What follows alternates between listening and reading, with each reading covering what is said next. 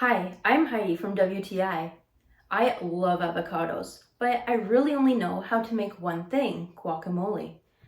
I found a recipe book that has so many different recipes in helping me make things with avocados. I knew avocados were healthy for you, but I didn't realize that they were a superfood.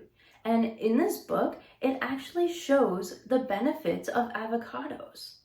This book has so many different recipes to try from. In fact, it has smoothies, dips and salsas, sandwich spreads, soups, salads and dressings, main meals, desserts, and it even has cocktails, which I would never have thought of.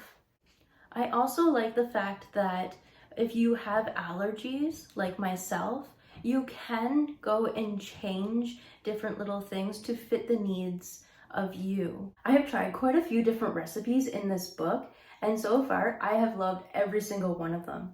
And if you're looking for a recipe book for avocados, definitely check it out, and that's my point of view.